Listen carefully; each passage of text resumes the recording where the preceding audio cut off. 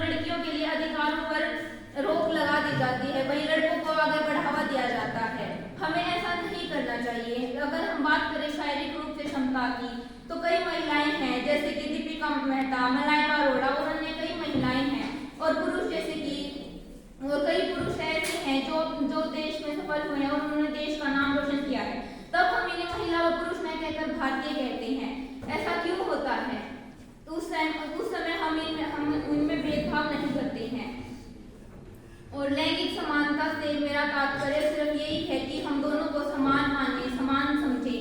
जब इस समाज में महिलाएं आदि संसाधनों और आदि क्षमता का प्रतिनिधित्व करती हैं, जैसे जैसे वे कई असमानताएं बचपन से ही शुरू हो जाती हैं, जैसे जैसे वे किशोरावस्था की तरफ बढ़ती जाती हैं, वैसे वैसे ये असमानताएं भी बढ़ती जाती हैं। शिक्षा की कमी के कारण हमारे समाज में लड़कियां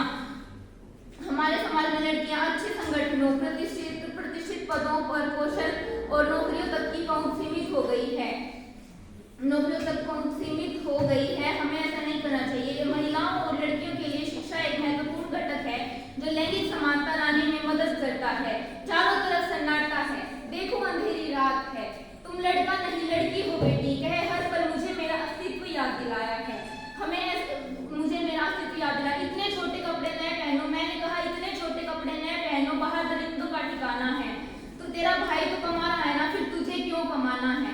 अब ये प्रण लिया है कि समाज में लैंगिक समानता लानी है। लड़कों के कंधों से कंधा मिला अपना हर एक ख्वाब पूरा किया है।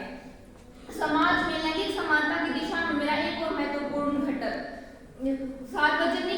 सार्वजनिक तथा निजी क्षेत्रों में महिलाओं के खिलाफ हो रही सभी प्रकार की हिंसाओं को खत्म करना है। इसके अलावा हमारे समाज में जितनी भी समाज द्वारा प्रचालित जितनी भी हानिकारक प्रथाएं हैं, जैसे कि कम उम्र में और जबरन शादी, दहेज प्रथा आदि को खत्म करना है। हमें हमारे पर्यावरण में एक समान महिलाओं के लिए अधिक सुरक्षित और स्वस्थ समाज बनाने का प्रयास करना चाहिए। हमें दोनों को समान रूप से देखना चाहिए। न लड़का कम है, न लड़की ज्यादा है, दोनों में ही कुछ कर दिखाने का दम है। हमें दोनों को समान रूप से देखना चाहिए। तो ठान लीजिए कि अब से हम दोनों में भेदभाव नहीं करेंगे, दोनों को ही समान रूप से देखेंगे।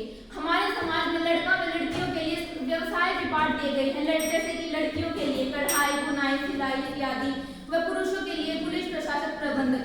हमें ऐसा नहीं करना चाहिए। हमें दोनों को उनकी इच्छा के अनुसार उनके व्यवसाय को चुनने की स्वतंत्रता देनी चाहिए।